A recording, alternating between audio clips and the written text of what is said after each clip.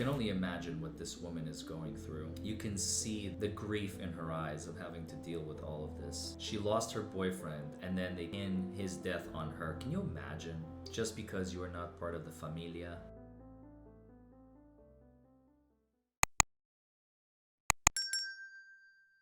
Well, hello everybody, and welcome back to your favorite show on the internet, Raw Law Unfiltered, with your one and only favorite host, the DUI Guy. Plus, folks, this one is going to be really good. Make sure to watch this video all the way to the end, because Jennifer McCabe concedes several aspects of the defense's case that this is a third-party culprit and not Karen Reed killing John O'Keefe with her car. Oh my god, you do not want to miss this video. This one, Jennifer just tries her usual mental gymnastics. She tries to gain control of Alan Jackson's narrative, if you will, trying to get control, asking him a question rather than answering. You will see how Alan Jackson handles all of his stuff. It is absolutely magnificent because Jennifer McCabe consistently, as you will see in this video, she tries over and over and over again to be like, hey, can I see that? I don't know what you're reading. Lady, it doesn't matter what I'm reading. It doesn't matter what I'm looking at. Do you not remember saying this stuff? No. Okay, well then I'll refresh your recollection. But she just constantly like, what are you reading over there? What are you looking at over there? Oh, you will see it. It is so good. It is like a breath of fresh air, folks. It is like a breath of fresh air. Let me have just a moment, Your Honor. Yes. That is John O'Keefe's In addition to family and friends in the background. Trooper Proctor interviewing you on the 29th, you also gave extensive testimony on April 26th, 2022 in front of a state court grand jury, correct? Correct. And you were asked about the location of Miss Reed's vehicle. I'm still staying with that for just a quick second, if you don't mind. Is that right? Correct. You were asked where that SUV was in relation to Ryan Nagel's car. Is that right? Would I be able to look at it to refresh my memory, please? Well, let's start with this. Do you remember being asked? See, she constantly wants to have control of everything. Lady, she is failing to recognize this is not her show. This is not her time to shine. This is not her being in control. She's not in control here. Alan is asking the questions, and she's extremely uncomfortable with it because she can't keep her lies in order. Sir, you're making it difficult for me to lie. Please stop it. About Karen Reed's SUV and Ryan Nagel's truck. To be honest, I've had a few grand juries, so if you could show me what you're talking about, I would really appreciate it. Also, by the way, that was also an admission. Now, the jury may or may not know this, but we already had at least one witness testify. Oh, you mean the interview with the feds? For those of you diehard watchers, you know what I'm talking about. I believe it may have actually been Ryan Nagel, if I'm not mistaken, who said that. And now Jennifer McCabe, again, is admitting, in a very veiled admission, I mean, they're trying to keep it out of the jurors' ears that there is a federal investigation into all of this, meaning Karen Reed is probably not the culprit if the feds are looking into this. Otherwise, why would the feds look into it if she's the culprit, right? Jennifer McCabe just accidentally also, to the educated jurors, and I'm sure there's at least one or two who are familiar with the court system going, wait a minute, there usually is only one grand jury. Why have there been multiples here? I remember that one witness saying something about a feds. Oh, is it possible that she just admitted? I've testified in front of several grand juries. I don't remember which one you're talking about, Mr. Jackson. And one of the jurors may go, oh, there was a federal grand jury here, huh? I wonder who they're targeting. The cat continuously is out of the bag. You can only keep the cat in the bag for so long. It will claw its way out if it has to. Even in a court of law where you're trying to keep everything boxed in. It's not an easy task, and I really truly feel for Alan Jackson and even Lally in this regard. It's kind of difficult to keep the federal investigation under wraps. I mean, if it was like a one-day trial, maybe. This is turning out to be already, it's a month and a half. We're a month and a half in. And Lally is not even finished finished with all of his witnesses yet. We may be at the 2-month, 1-week mark before Alan Jackson and David Yaneni even begin putting on their case, which is well outside the original limits that the court thought would be set for how long this case is going to take, because Lally is dragging his feet. Adam Lally, the prosecutor, he is not experienced. He is not very good at this stuff, and we can tell. Sometimes I feel like he went to the Elaine Bredehoft School of Law. Do you remember Elaine Bredehoft from the Johnny Depp trial? She represented Amber Heard. She was one of the lawyers with Amber Heard, kind of leading the fray on most of the direct and cross-examinations, along with Benjamin Rottenborn. Elaine Bredehoft had this, what she thought was a cure-all question. You know, what if anything? What if any? Who if anyone? It's a terrible question on direct examination. Nobody who has been practicing more than 15 minutes and is good at their job asks questions like that. I challenge you, go back in my videos, find every single direct examination I've ever done. There's a playlist so you can easily find one instance. I challenge you, please, prove me wrong. One instance where I, Larry Forman, in a court of law, asked a question that started with, what if anything? And I've heard that term for the first time coming out of Elaine Bredehoft's mouth in April of 2022. Go back to 2021. Go back, find videos from 2020, 2019, 2018. I believe I have videos going all the way back to 2015, maybe even 14 on my channel. Find one instance when I use the phrase, what if anything? I challenge you. Go. Here, I'll wait. I'm serious. Go take a look. Check it out. Tell me what you find. Let me know in the comments below. May I approach? Yes. Thank you. Thank you. That's the entirety of your state court grand jury. Okay. I'm going to direct your attention to pages 182 to 187. You can probably scan those pretty quickly, and just let me know after you scan those. Okay. Those pages, I should say. May I, Your Honor? Yes. Thank you. Thank you, Mr. McCabe. Did you have an opportunity to glance at those pages? I did, yes. As you glance at those pages, my question is a relatively simple one, but I wanted you to have an opportunity. At no point, when you were describing the vehicles that were out front, in front of 34 Fairview on that night, at no point, under oath, in front of that grand jury, did you ever mention a Jeep? Did you? I was not asked about any other vehicles out front. Oh, that is not a good cover. That is not a good cover. I was never asked, so I never said the truth. Oh, please, lady. Oh, we see right through you. So when you were talking about the vehicles that you saw in front in some painstaking detail, talking about the black SUV and Ryan Nagel's truck, you just left out the Jeep because nobody asked you about it. I didn't read anything in that about Ryan Nagel's vehicle. Did you miss it? I must have. Okay. Is it in there? Yeah, it is. Okay, You were, what? in fact, asked about Ryan Nagel's Jeep, weren't you? If you want to show me. Well, I don't want to sit here and... Did you review your I transcript? just read it all. I didn't see it. Ms. McCabe. Objection. You can't interrupt when I'm talking. Okay. I will do the same for a second. Okay? As you review those pages, you're... Again, look at the body language. It's a dead giveaway. This is a woman who nobody interrupts ever. Nobody says no to this woman or she will rip your head off. You know who also does that? Crime families. I was asked about Miss Reed's vehicle. Okay. And at no point did you mention a Jeep being behind Miss Reed's vehicle, as you testified today, correct? The questions were all about Miss Reed's vehicle. At no point, my question is this, it's yes or no. You did or you didn't. Did you mention, ever, in that grand jury, that there was a Jeep behind Miss Reed's vehicle? Yes or no? I'm not sure. I'd have to read it all. As you sit here, do you recall mentioning the Jeep? I was asked about Miss Reed's vehicle, and those are the questions I answered. I can't, you need to keep your Okay. voice up, please. Sorry. Let's try this again. She's trying to evade it. Oh, you want me to read all of the grand jury testimony? I will read all of it. Alan knows it's not in there, and he is trying to get her to admit, and her lack of admission is actually worse. If she had just admitted it and moved on, maybe, it'd be like, okay, so you lied. Well, I maybe misremembered something. It would be a lot easier, but because she keeps resisting on a negligible point, her resistance by itself raising sus to you and I, and of course, the jury. As you sit here, Do you recall mentioning the Jeep, ma'am? I would have to reread the transcript. You don't have to reread the transcript to answer that question. Do you recall mentioning the Jeep? If you don't, you don't. I may not have been asked about the Jeep, so I did not mention the Jeep. Fair enough.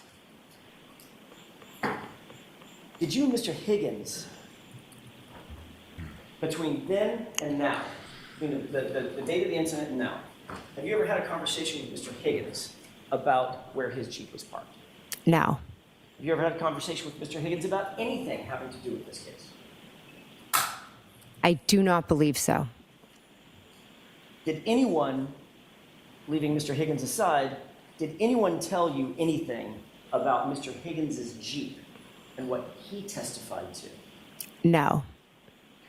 Were you ever asked by anybody to mention a Jeep being behind Ms. Reed's SUV in this trial? Can you repeat the question, please? You're Wait, asked by whoa. You can't answer that? Hold on, let's listen to that question again. Hold on a second, I'm going back in time. Were you ever asked by anybody to mention a Jeep being behind Ms. Reed's SUV in this trial?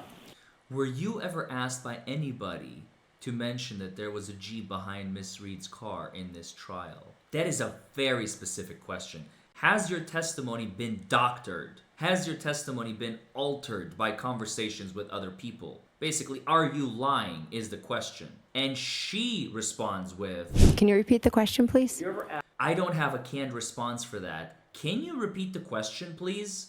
Because I need to prepare. by anybody to make sure you mention a Jeep being parked behind Miss Reed's SUV in this trial? Not that I recall, no. That is a terrible answer. She seems very calm. He literally just asked, have you been coached to lie? And she's like, have I been coached to lie? No, not that I recall. Like, her emotion is not congruent with the answer to a very damning question, because the question is so damning, she didn't even realize how damning it was. That's how good Alan is in his questioning. Ooh, keep watching. After you arrived and you noticed this SUV outside, you started paying somewhat close attention to it, did you not? I went to the front door and looked out the window at the vehicle, yes. As a matter of fact, you texted as soon as you saw the vehicle, that 12:27 here, correct? Correct. And then a few minutes later, at 12:31, you texted, pull behind me, to John. Is that right? Correct. And then at 12:40, you texted hello, correct? Correct. And at 12:42, you texted, where are you? Correct.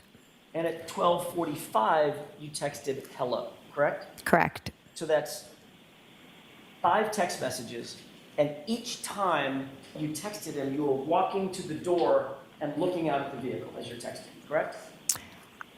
I know for the first 2 I was.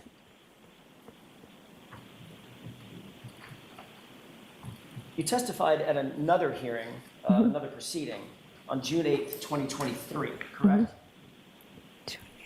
Correct.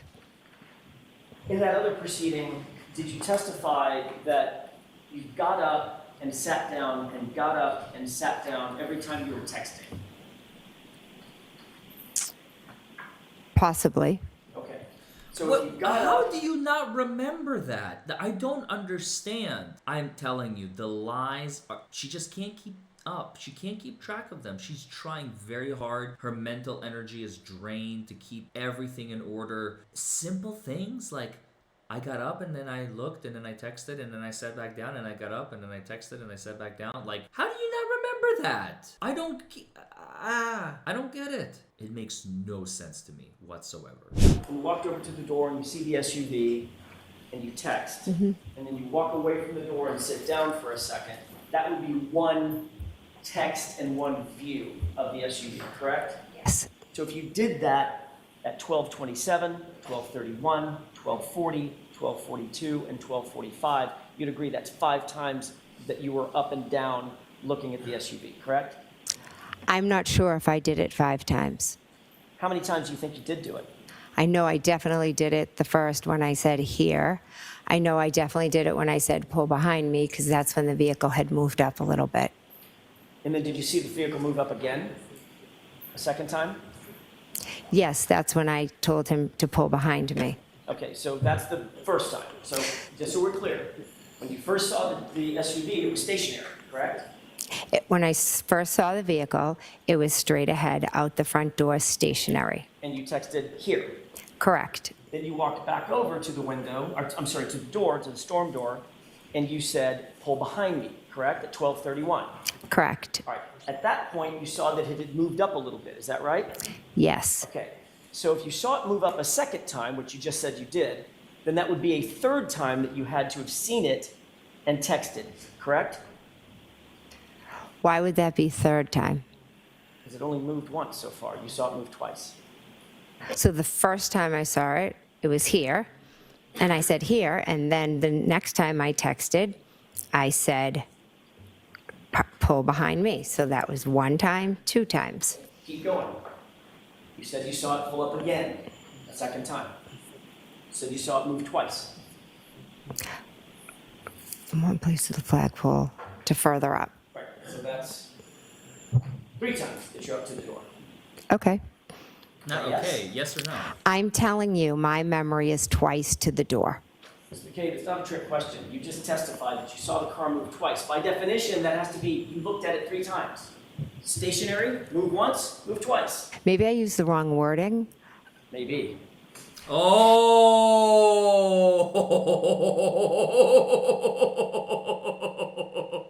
Tell me you're calling me a liar without telling me you're calling me a liar. Maybe I'm using the wrong wording. Maybe. And look at her face. I mean, this is just like, frame it, folks. Frame that. That is someone who's like, oh my gosh, he's right. Stationary, moved once, moved twice. If I've seen it move twice, that means I've gone 3 times to the door, not 2 times. I am such a dummy. I can't keep my own lies straight. When you testified in front of this other proceeding,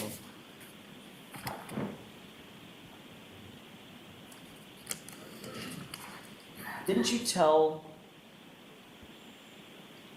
testify that you walked up and sat back down 5 different times, watching that car and texting every single time? Would you be able to show me that? It's going to take a minute. Take a look at those 4 pages. For the record, that's pages 780 to 784. Okay. Bait stamped. After you've had a chance to review that, just look up and let me know. You had an opportunity, Ms. McCabe, to review those few pages from your testimony in June of 2023. Yes. Did you talk about, you were asked about getting up and sitting down and looking at the SUV several different times and texting? Yes. In fact, you indicated that you got up and looked outside through that storm door several times, correct? Yes. And as a matter of fact, you looked every single time that you texted, you indicated that you looked out at the SUV and saw something that prompted you to text something, correct? Correct. And then after the last time, which would be 5 times, 5 texts, 5 looks, after the last time you texted, you got back up, which would be a 6th time, and the SUV was gone. Just chronologically. Correct. My husband and I were both getting up and looking, so, I didn't ask you about your husband. okay. Just about you. The answer is correct. Yes. Okay. Again, she's trying to control the narrative, and Alan is not giving her the time of day. So you're indicating that you were trying to communicate with the occupant of the SUV that was sitting, what would you say, 30 feet outside the front door? I'm not good with distance. It's further than you and I are from each other, correct? Correct. At least double that, right? Correct. Okay, so could you give me, maybe yards are easier, like 10 yards, 15 yards? Again, I'm not good with measurements. Okay. Just right outside the front door, though. Within. When you're weaving a story, it's hard to pinpoint exactly where in your lie the distance fits. So, in her defense. Straight outside, yes. Well, straight outside until it moved. To the front door. Of the front door is where it was. Ms. McCabe, straight outside until it moved, according to you, correct? Yes, and then it moved, correct. and then moved a second time. Correct? Correct. It moved to the flagpole, and then it moved up again. Okay. Then you indicated that you had an absolutely clear view of the SUV. You were asked those questions, correct? If I had a clear view, Clear view.